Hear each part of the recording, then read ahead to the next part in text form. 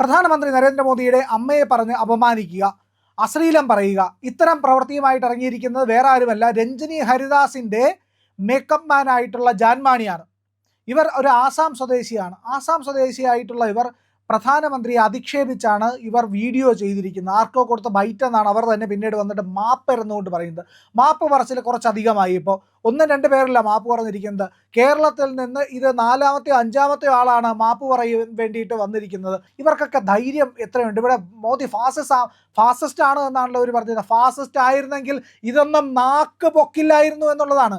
അമ്മാതിരി dialogue അടിക്കാനായിട്ട്, പ്രധാനമന്ത്രിക്കെതിരെ dialogue അടിക്കാനായിട്ട് ഈ ജാൻമാണി എന്ന് പറയുന്ന വ്യക്തി തയ്യാറായിരിക്കുന്നു. വന്നിട്ട് പറയുകയാണ്, പ്രധാനമന്ത്രി നരേന്ദ്രമോദിയുടെ അച്ഛനെയും അമ്മയും അപമാനിക്കുന്നു, അദ്ദേഹത്തെ തെറി പറയുന്നു, ഏതെല്ലാം രീതിയിൽ അദ്ദേഹം തമ്പാക്ക് വെച്ചിരിക്കുന്നു എന്നൊക്കെ പറയാൻ, ലഹരി ഉപയോഗിക്കുകയാണ് പ്രധാനമന്ത്രി എന്ന് പറയുകയാണ്. എത്രത്തോളം നിന്ദ്യവും നീചവുമായിട്ടാണ് ഈ വ്യക്തി അവരെ സംരക്ഷിക്കുന്നത്. രഞ്ജിനി ഹരിദാസ് എന്ന് പറയുന്ന സ്ത്രീ എത്രത്തോളം വെറുപ്പ് ഈ രാജ്യത്തിനകത്ത് സൃഷ്ടിക്കാൻ കഴിയുമോ, ഭരിക്കുന്നവർക്കെതിരെ, സർക്കാരിനെതിരെ, പ്രധാനമന്ത്രിക്കെതിരെ വെറുപ്പ് സൃഷ്ടിക്കാൻ കഴിയുമെന്ന് ഗവേഷണം നടത്തിക്കൊണ്ടിരിക്കുകയാണ്. ഈ കഴിഞ്ഞ കുറച്ച് കാലമായിട്ട്, കുറേ നാളുകളായിട്ട് ഇവർ സോഷ്യൽ മീഡിയയിലോ ഇല്ലെങ്കിൽ ഈ പറയുന്ന പൊതുമാധ്യമങ്ങളിലോ ഒന്നും പ്രത്യക്ഷപ്പെട്ടിരുന്നില്ല. ഇവർക്ക് പബ്ലിസിറ്റി കിട്ടിയിരുന്നില്ല. ആ പബ്ലിസിറ്റി കിട്ടാൻ വേണ്ടിയിട്ട് രഞ്ജിനി ഹരിദാസ് ഇറങ്ങി തിരിച്ചു. അതിൻ്റെ കൂട്ടത്തിൽ അവരവരുടെ മേക്കപ്പ് മാനെയും കൂടി കൊണ്ടുവന്നിട്ട് അസഭ്യം വിളിച്ച് പറയാനുള്ള എല്ലാ ക്രമീകരണങ്ങളും ചെയ്തു കൊടുത്ത് അവരെ കൊണ്ട് അസഭ്യം പറയിക്കുന്നു. അവരെ കൊണ്ട് ഡൽഹിയിൽ കൊണ്ടുപോകുന്നു. കൂടെ കൊണ്ടുപോയിട്ട് പറഞ്ഞു, എല്ലാ തരത്തിലുമുള്ള അസഭ്യവും അശ്ലീലവും എന്തൊക്കെ രാജ്യത്തിനെതിരെ പറയാമോ, ഇനി ഈ രാജ്യം കത്താൻ പോവുകയാണ്, നിനക്ക് ഇഷ്ടമുള്ളത് പറഞ്ഞോ, ഈ രാജ്യത്തിൻ്റെ പ്രധാനമന്ത്രിയെ അടക്കം നമ്മൾ കൊല്ലാൻ പോവുകയാണ്, നിങ്ങൾക്ക് ഇഷ്ടമുള്ളത് പറഞ്ഞോ എന്ന രീതിയിൽ പ്രോത്സാഹനം കൊടുക്കുന്ന പദ്ധതി എന്ത് നല്ലതാണത്? എങ്ങനെയാണ് ഇത് നന്നാവുക? എങ്ങനെയാണ് ഇവരുടെയൊക്കെ പ്രവർത്തികൾ ശരിയാണ് എന്ന് നമുക്ക് പറയാൻ കഴിയുക? ഒരു തരത്തിലും ശരിയല്ലാത്തത്, രാജ്യവിരുദ്ധമായിട്ടുള്ള പദ്ധതി. അവിടെ കുറേ പേര് പറയുകയാണ് പ്രധാനമന്ത്രിയെ വെടിവെച്ച് കൊല്ലണം. ഇവിടുന്ന് കേരളത്തിൽ ഒരുത്തം പറഞ്ഞ് പീരങ്കി വെച്ച് പാർലമെൻറ്റ് അറ്റാക്ക് ചെയ്ത് അത് നശിപ്പിച്ച് കളയണം, ഞങ്ങളിവിടെ കലാപം ഉണ്ടാക്കാൻ പോവുകയാണ്, എത്ര പോലീസുകാരെ അടിച്ചു കൊന്ന കൈയാണെന്നറിയാമോ ഇത്? ഇങ്ങനെയൊക്കെ ഓരോരുത്തന്മാർ ഫേസ്ബുക്കിൽ ഇരുന്നിട്ട് വീഡിയോ ഇട്ട് പറയുകയാണ്. രാജ്യത്ത് പൗരന് സിവിക് സെൻസ് ഉണ്ടായിരിക്കണം, മര്യാദ ഉണ്ടായിരിക്കണം. ആ മര്യാദയുടെ അടിസ്ഥാനത്തിൽ വേണം പെരുമാറാൻ. പൊതുമുതൽ നശിപ്പിക്കാനും കലാപം ഉണ്ടാക്കാനും ഇറങ്ങിത്തിരിച്ചവർക്ക് പ്രോത്സാഹനം കൊടുക്കാൻ രഞ്ജിനി ഹരിദാസ് അവിടെ ചെന്നിരിക്കുന്നു. എന്നിട്ട് പറയുന്നു, ഞാൻ പാകിസ്ഥാൻ്റെയും ചൈനയുടെയും ഒക്കെ പണം വാങ്ങിച്ചു എന്നാണല്ലോ പറയുന്നത് എന്നൊക്കെ പറഞ്ഞുകൊണ്ട് പരിഹാസം കാണിക്കുന്നു. ആരുടെ താല്പര്യത്തിനാണ് നിങ്ങൾ നിൽക്കുന്നത്? നിങ്ങൾ ഈ പറയുന്ന വിദേശ താല്പര്യം, ഇന്ത്യക്കകത്ത് കലാപം ഉണ്ടാക്കാൻ നിരന്തരമായിട്ട് അമേരിക്കൻ ശക്തികളടക്കം ഈ ചൈനീസ് പാകിസ്ഥാനികളൊക്കെ ശ്രമിച്ചുകൊണ്ടിരിക്കുന്നു. പഹൽഗാമിൽ കൊണ്ടുവന്ന് ആക്രമണം നടത്തിയിരിക്കുന്നു. അതേ വിധ്വംസക പ്രവർത്തനത്തിൻ്റെ ഭാഗമായിട്ട് രാജ്യവിരുദ്ധമായിട്ടുള്ള പ്രസ്താവനകൾ നടത്തുകയാണ് ചെയ്യുന്നത്. രാജ്യത്തിനെതിരായിട്ട്, പ്രധാനമന്ത്രിക്കെതിരായിട്ട് നിങ്ങളുടെ മേക്കപ്പ് മാൻ സംസാരിക്കുമ്പോൾ എന്തുകൊണ്ട് നിങ്ങൾക്കൊരു വക വിണ്ടാൻ കഴിയുന്നില്ല? അത് പാടില്ല, തെറ്റാണ് എന്ന് പറയാനായിട്ട് ഒരു പോസ്റ്റെങ്കിലും ഇട്ടോ നിങ്ങൾ? ഒരു വാക്കെങ്കിലും പറഞ്ഞു, ഒരു ബൈറ്റെങ്കിലും കൊടുത്തോ? എവിടെയെങ്കിലും ചെയ്യുന്നില്ല. അപ്പോൾ അതിൻ്റെയൊക്കെ അർത്ഥം എന്ന് പറയുന്നത് ഇതിന് പ്രോത്സാഹനം കൊടുക്കുക എന്നാണ്. കുറ്റം ചെയ്യുമ്പോൾ അതിനെ കണ്ടുകൊണ്ടിരിക്കുക, അതിനെ തടയാതിരിക്കുക എന്ന് പറയുന്നത് കുറ്റം ചെയ്യുന്നതിന് തുല്യം തന്നെയാണ്. അതിനെ വളം വെച്ച് കൊടുക്കുകയാണ് രഞ്ജിനി ഹരിദാസ് ചെയ്തത് എന്നുള്ളത്. ഇനി കാര്യത്തിലേക്ക് കിടക്കാം. മറ്റൊരു കാര്യം, ഭാസ്കരൻ നായർ അജയൻ കൃത്യമായിട്ട് ഒരു പോസ്റ്റ് ഇട്ടിരിക്കുന്നു. അദ്ദേഹം വളരെ വ്യക്തമായിട്ട് പറഞ്ഞിരിക്കുന്നു. ആ പോസ്റ്റ് ഇങ്ങനെയാണ് തുടങ്ങുന്നത്. യുവരാജ് ഗോകുലിനോടാണ് ആ പോസ്റ്റ് കൊണ്ട് പറഞ്ഞിരിക്കുന്നത്. യുവരാജ് ഗോകുൽ, നിങ്ങൾ ചെയ്തത് തെറ്റാണ്.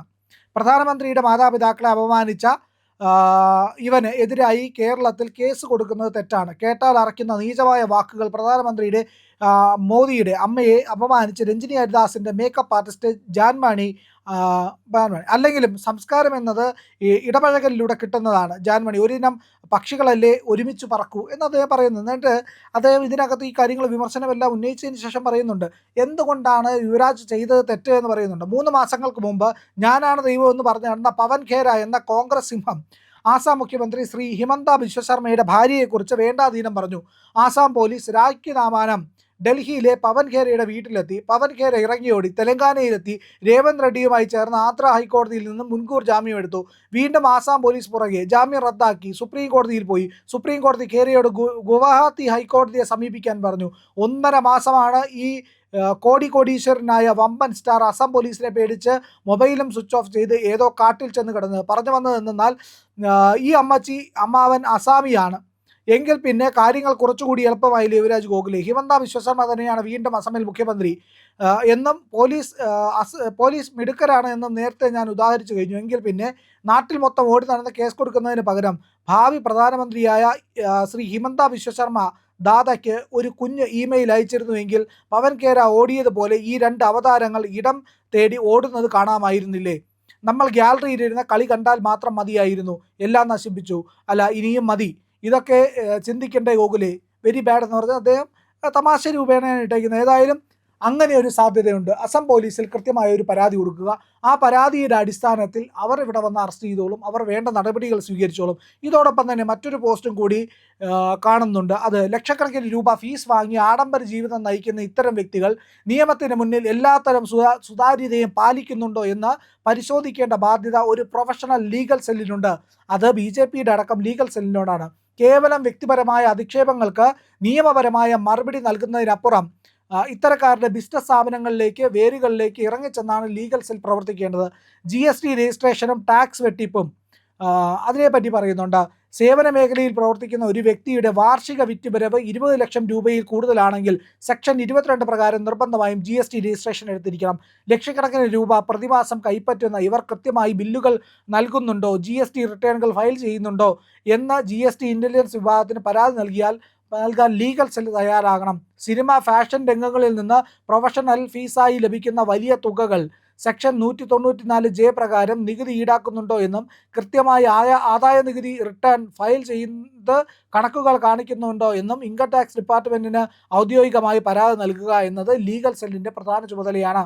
തദ്ദേശ സ്വയംഭരണ സ്ഥാപനങ്ങളുടെ trade licence, Kerala municipality act, panchayat raj act, studio office ആയി പ്രവർത്തിക്കുന്ന ഇടങ്ങൾക്ക് അതത് മുനിസിപ്പാലിറ്റി, പഞ്ചായത്ത്, കോർപ്പറേഷൻ ഔദ്യോഗിക ട്രേഡ് ലൈസൻസ് ഉണ്ടോ, റെസിഡൻഷ്യൽ കെട്ടിടങ്ങൾക്ക് അനധികൃതമായി കൊമേഴ്ഷ്യൽ ആവശ്യങ്ങൾക്ക് ഉപയോഗിക്കുന്നുണ്ടോ എന്ന് പരിശോധിച്ച് ലൈസൻസ് റദ്ദാക്കൽ നടപടിയെടുക്കണം. ഷോപ്പ് കൊമേഴ്ഷ്യൽ എസ്റ്റാബ്ലിഷ്മെൻറ്റ് ആക്ട്, ജീവനക്കാരെ വെച്ചും അല്ലാതെയും പ്രവർത്തിക്കുന്ന ഇത്തരം സ്ഥാപനങ്ങൾ ലേബർ ഡിപ്പാർട്ട്മെൻറ്റിൻ്റെ കീഴിൽ രജിസ്റ്റർ ചെയ്തിട്ടുണ്ടോ എന്നതും പരിശോധിക്കപ്പെടേണ്ടതാണ്. സാധാരണ പ്രവർത്തകർ കേസ് കൊടുക്കുമ്പോൾ ലീഗൽ സെൽ ചെയ്യേണ്ടത് വെറുമൊരു IPC സെക്ഷൻ കേസ് മാത്രമല്ല, മറിച്ച് ആ വ്യക്തിയുടെ സാമ്പത്തിക സ്രോതസ്സുകൾ, ടാക്സ് ഫയലിങ്ങുകൾ, ലൈസൻസുകൾ എന്നിവയിലെ നിയമലംഘനങ്ങൾ കൃത്യമായി തെളിവുകളോടെ ബന്ധപ്പെട്ട വകുപ്പുകൾക്ക് മുന്നിൽ എത്തിക്കുകയാണ് വേണ്ടത്. അത് income tax department, GST department, തദ്ദേശ സ്വയംഭരണ സ്ഥാപനങ്ങൾ എന്നിവയൊക്കെയാണ്. അപ്പോൾ ബിസിനസ് നടത്തിപ്പിൽ നിയമലംഘനം നടത്തുന്ന ഇത്തരം വ്യക്തികൾക്ക് സാമ്പത്തികമായ, നിയമപരമായുള്ള ശക്തമായ പ്രഹരമാവും യഥാർത്ഥത്തിൽ നൽകേണ്ടത്. അതിലാണ് ലീഗൽ സെല്ലുകൾ പ്രവർത്തിക്കേണ്ടത്. കേവലം പ്രസ്താവനകളും സ്റ്റേഷൻ പരാതികളിലും ഒതുക്കരുത് എന്നുള്ളതാണ്. അപ്പോൾ ഇത്തരത്തിലുള്ള ആൾക്കാർ, ഈ വലിയ മേക്കപ്പ് ആർട്ടിസ്റ്റുകളായിട്ടൊക്കെ നടക്കുന്നവർ, ഇവരെ പറ്റിയിട്ടൊക്കെ ഈ സോഷ്യൽ മീഡിയയിൽ പറയുന്നുണ്ട് ഇവർ ആണാണോ പെണ്ണാണോ എന്ന്. അത്തരം കാര്യങ്ങളിലൊക്കെ ഒന്ന് ചികഞ്ഞു പോകുന്നത് വെറും കേവലമായിട്ടുള്ള കാര്യമാണ്. അതിലല്ല പ്രസക്തിയുള്ളത്. അവരുടെ രൂപത്തെ പറ്റി പറയുന്നതിലല്ല പ്രസക്തിയുള്ളത്. അവരുടെ രാഷ്ട്രീയ നിലപാടിനെയാണ് അവിടെ എടുത്തു കാണിക്കേണ്ടത്. അല്ലാതെ അവരാണാണോ പെണ്ണാണോ, അവർ ട്രാൻസ്ജെൻഡർ ആണോ, അവർ കാണാൻ എങ്ങനെ ഇരിക്കുന്നു, അവരുടെ സംസാര ശൈലി എങ്ങനെയാണ്, അതൊന്നുമല്ല. അവരുടെ ഏത് ഭാഷക്കാരിയാണ്, ഏത് സംസ്ഥാനക്കാരിയാണ്, അതിലൊന്നും കാര്യമൊന്നുമില്ല. അവരുടെ രാഷ്ട്രീയ നിലപാടിനെയാണ്, നിയമവിരുദ്ധമായിട്ടുള്ള പ്രവർത്തനമാണ്, രാജ്യവിരുദ്ധമായിട്ടുള്ള പ്രസ്താവനയാണ് ചോദ്യം ചെയ്യപ്പെടേണ്ടത്. അതിനെയാണ് എതിർക്കേണ്ടത്. രഞ്ജിനി ഹരിദാസിൻ്റെ രാഷ്ട്രീയത്തെയാണ് എതിർക്കേണ്ടത്. അല്ലാതെ അവരുടെ വ്യക്തിപരമായ കാര്യങ്ങളോ, അല്ലെങ്കിൽ അവർ പാർട്ടിക്ക് പോകുന്നുണ്ടോ, അവർ മറ്റെന്തെങ്കിലും കാര്യം ചെയ്യുന്നുണ്ടോ എന്നുള്ളതല്ല. അവർ ചെയ്യുന്നതിൽ രാജ്യവിരുദ്ധ പ്രസ്താവനയുണ്ടോ, നിയമലംഘനമുണ്ടോ, അതിനപ്പുറത്തേക്ക് ഇവർ ഈ പറയുന്ന ടാക്സ് അടക്കമുള്ള കാര്യങ്ങൾ, ബിസിനസ് കാര്യങ്ങളിലടക്കം നിയമലംഘനം നടത്തുന്നുണ്ടോ, തെറ്റായ രാഷ്ട്രീയം പ്രചരിപ്പിക്കുന്നുണ്ടോ, വെറുപ്പ്, വിദ്വേഷം പ്രചരിപ്പിക്കുന്നോ എന്നുള്ളതാണ് പരിശോധിക്കേണ്ടത്. അത് പരിശോധിച്ച് അതിനുതകുന്ന രീതിയിലുള്ള നിയമ നടപടികൾ സ്വീകരിക്കുകയാണ് ഇവിടുത്തെ രാഷ്ട്രീയ പാർട്ടികളുടെ സെല്ലുകൾ, അതായത് ദേശസ്നേഹമുള്ള, രാജ്യത്തോട് കൂറുള്ള രാഷ്ട്രീയ പാർട്ടികളുടെ സെല്ലുകൾ ചെയ്യേണ്ടത്, ഇത്തരത്തിൽ രാഷ്ട്രീയ പ്രവർത്തകർക്ക് ചെയ്യേണ്ടത് എന്നുള്ളതാണ്. ആസാം പോലീസിനാണ് ഈ ജാൻമാണിയുടെ കാര്യത്തിൽ ആദ്യം പരാതി നൽകേണ്ടത്. അവിടെയാണ് ഇടപെടൽ നടത്തേണ്ടിയിരുന്നത്.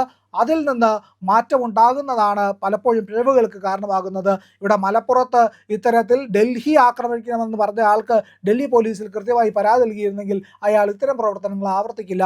ഇല്ലെങ്കിൽ ശക്തമായിട്ടുള്ള നിയമ നടപടി അതിൽ സ്വീകരിക്കാൻ കഴിയുമെന്നുള്ളതാണ്. ഒരമ്മ കുട്ടിയെ പറഞ്ഞ് പഠിപ്പിക്കുന്നു, നിങ്ങൾ നമ്മുടെ രാജ്യത്തിൻ്റെ പ്രശ്നം എന്താണ്, പ്രധാനമന്ത്രിയെ കൊല്ലണമെന്ന് ആ കുട്ടിയെ കൊണ്ട് പറയിക്കുന്നു, എന്നിട്ട് ഉമ്മ കൊല്ലണമെന്ന് പറയുന്നു. ആ ഉമ്മയെ കൃത്യമായിട്ട് നിയമ നടപടിക്ക് വിധേയമാക്കേണ്ടതുണ്ട്. ഇവിടെ ജനനായകൻ കണ്ടിട്ടിറങ്ങിയിട്ട് നരേന്ദ്രമോദിയെ തോക്ക് കിട്ടിയാൽ വെടിവെച്ച് കൊല്ലുമെന്ന് പറഞ്ഞ ആൾക്കും ഈ രണ്ടു പേർക്കും, ഈ ഉമ്മയ്ക്കും ഈ സ്ത്രീക്കുമെതിരെ NIA നിയമപ്രകാരമുള്ള കേസുകൾ എടുത്ത് UAPA കേസ് ചുമത്തിയാണ് അറസ്റ്റ് ചെയ്യേണ്ടത്. അത് ചെയ്യാതെ മറ്റ് പ്രസംഗം നടത്തിയിട്ട് കാര്യമില്ല. വെറും ലോക്കൽ പോലീസ് സ്റ്റേഷനിൽ കൊണ്ട് പരാതി കൊടുത്തിട്ട് കാര്യമില്ല. കൃത്യമായ ഇടപെടലാണ് നടത്തേണ്ടത്.